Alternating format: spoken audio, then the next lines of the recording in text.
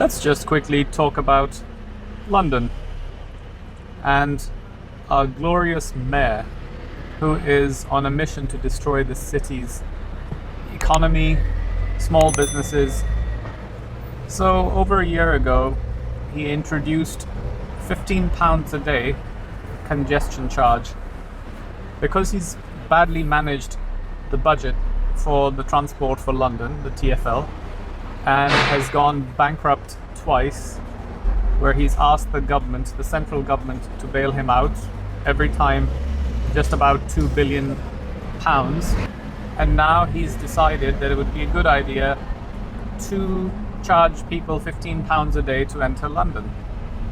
It used to be from 7 a.m. until 6 p.m. and it was £11.50, which was expensive enough. But weekends and after 6 p.m. it was free. So if you wanted to go into central London to do some shopping and you went outside of the rush hour, you could do it.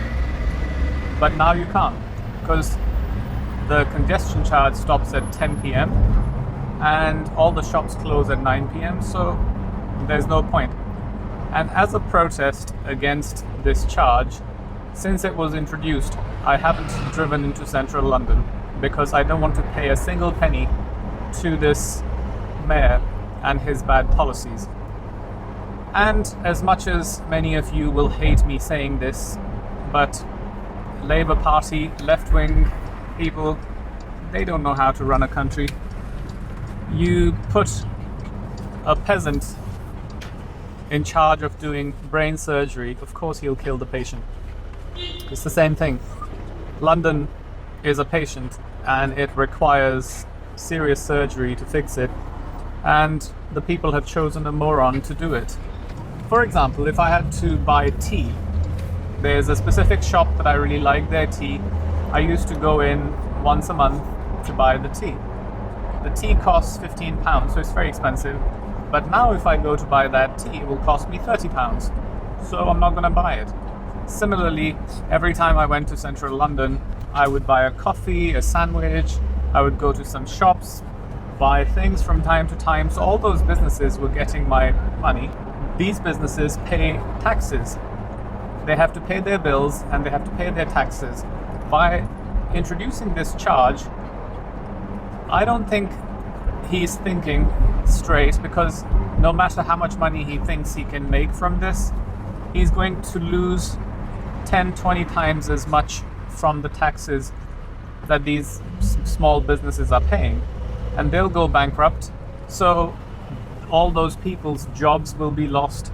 They will then fall back onto this system, the social system, which is already not working and it's really under pressure because of the corona situation. The other thing is, he's such a liar that he talks about reducing pollution, but in fact every policy that he has created has increased pollution in London. So most of the side streets in residential areas have been closed down to cars. They're only open to bicycles and pedestrians. So all the traffic is now diverted onto the main roads. So there's a complete chock-a-block everywhere in London because people have to go from A to B. And as you can see, these double-decker buses, there are thousands of them driving around empty. So they are causing pollution. It's costing money to run these buses, the service, the maintenance, the fuel, the job that you have to pay the driver, all of those things. But because it's a social and sort of a communist thing, they have to keep running them even if they're empty. And I've said this before, in central London there's no need to have all these double-decker buses in off-peak hours because there are not enough people using them. So you can have a single-decker and you could run them at longer intervals. So they would be, instead of a bus turning up every 3 minutes, if it turned up every 10-15 minutes, that would be okay, because you don't really see other countries with buses coming every 3 minutes. I go to Germany, France, Sweden, all those countries, 10, 15 minutes. People time their trips accordingly and they wait for a bus. Over here, you just have all these empty buses running. So to facilitate the buses, they have closed all the bus lanes to cars. So in the past, you could drive in the bus lane as long as it was off-peak hours. So between sort of 7 o'clock until 11 o'clock, you couldn't drive in the bus lane. And then in the afternoon you could, and then in the evenings from 4 o'clock to 7 p.m. you couldn't. But now it's 24 hours. They've added one more lane for bicycles. So where there used to be 2 or 3 lanes, now there is 1 lane for cars and 1 lane for a bus and 1 lane for a bicycle. So there are traffic jams everywhere. Not many people ride their bicycles because the distances are huge and the city isn't designed in a way that is suitable for cycling. Plus our weather doesn't allow us. It's constantly raining and you have to take tons of different types of clothes if you're cycling. It's not the culture. It's not going to change overnight. And just by putting cycle lanes, nothing has changed. It's not like suddenly people have dropped their cars and started cycling. So all the policies he has are just absolutely insane.